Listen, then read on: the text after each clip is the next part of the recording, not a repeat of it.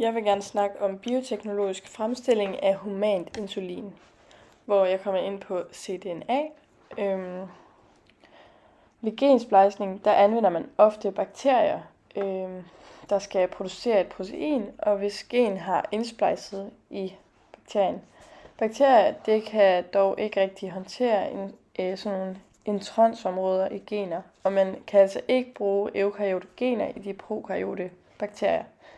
Det findes der derimod en løsning på, en metode, hvorpå det kan lade sig gøre, at man kan konstruere det eukaryote DNA uden introns. Introns, det vil jeg også lige forklare, hvad det er. Et gen er en del af et kromosoms DNA-streng. Gener, de kan have forskellige længder, og en god del af selve DNA'et koder ikke rigtig for nogle gener, og det er så de her DNA-stykker, som man kalder for introns, mens de DNA-stykker, som koder for generne, kaldes for exons. Og den metode, det er så det, jeg vil komme ind på nu. Vi ser på DNA, som bliver transkripteret til mRNA, som bliver til protein ved hjælp af translation. Men den her proces, den kan også blive gjort omvendt, sådan så man kan få et kunstigt gen. Ud fra mRNA-strengen dannes en komplementær DNA-streng, altså cDNA, ved hjælp af det her enzym reverse transkriptase og DNA-nukleotider. Derefter så sker der en denaturering ved opvarmning, hvor baseparringer denatureres med dobbeltstrengende molekyler, og der tilsættes så DNA-nukleotider, primer og DNA-polymerase, og den komplementære DNA-streng anvendes som skabelon til at danne et dobbeltstrenget DNA-molekyle. Den oprindelige mRNA-streng har ikke nogen sådan funktion mere, i det DNA-polymerasen ikke kan anvende den som skabelon. Det er så den her metode, som er løsningen, og det fremstillede cDNA-gen, det kan nu uden problemer blive indsplejset i en prokaryot celle, der dermed vil begynde at producere genproduktet, som for eksempel kunne være humant insulin.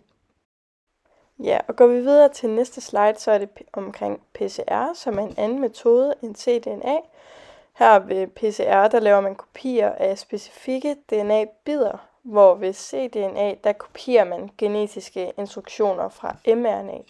Nu hvor cDNA-processen den er over, og man har fået isoleret den humane insulin fra menneskelige celler, så kan man bruge PCR til at kopiere det gen og producere flere kopier af det.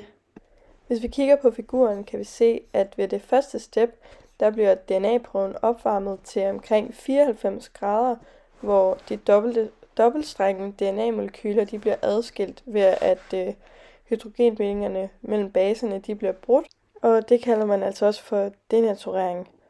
Når det sker, så kommer der 2 enkeltstrængede DNA-strenge.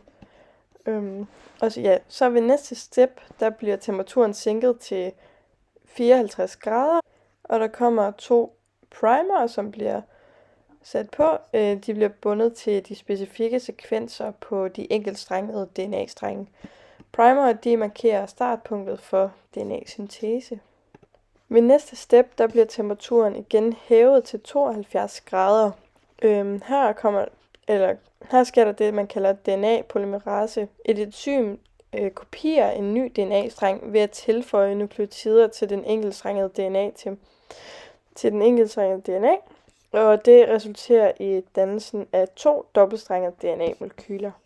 Og den her proces, den bliver altså gentaget 30 gange.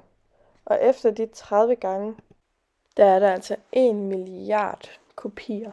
Primer indeholder genkendelsessekvensen for et restriktionsenzym, og dermed vil PCR-reaktionens produkt indeholde genkendelsessekvenser i begge ender. I den bioteknologiske fremstilling af humant insulin er vi nu nået til gensplejsning.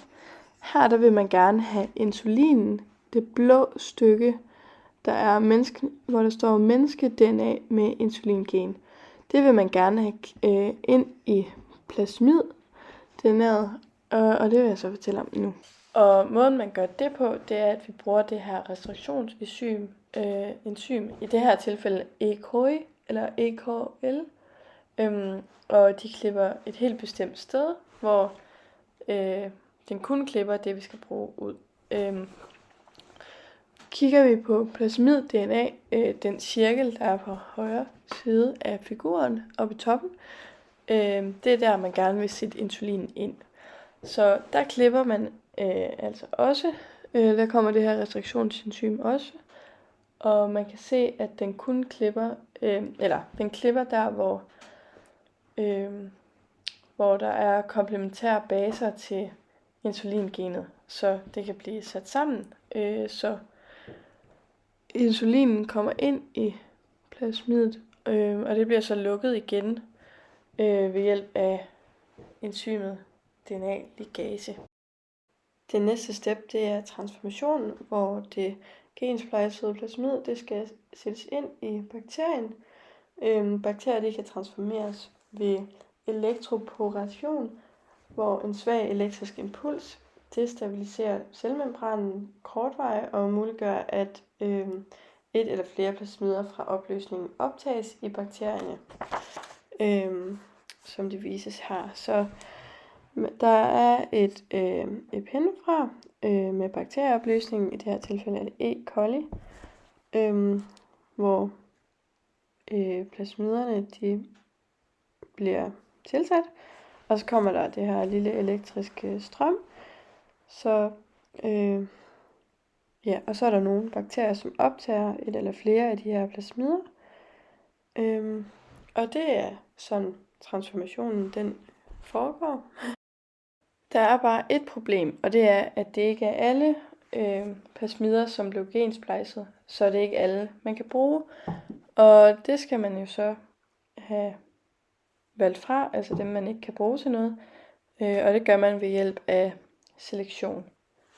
Man sætter bakterierne på nogle agerplader, hvor man sætter de 3 typer af bakterier.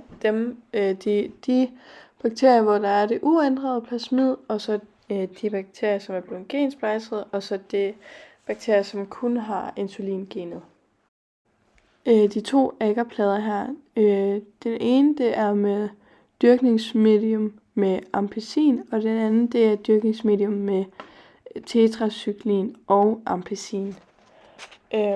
Den bakterie, som havde det uændrede plasmid, vil overleve i begge dyrkningsmediumer, fordi at den har ampicin og tetracyklin som resistensgener. Det fik jeg vist ikke lige nævnt før, men det står også ved gensplejsningen. Den, som kun har insulingenet, den har hverken resistens over for det ene eller det andet, for det er jo bare et stykke menneskeligt DNA, så den vil altså dø.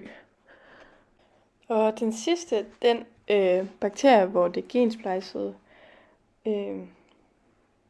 plasmid, det er i, det er resistens over for ampicillin, men ikke over for tetracyklin.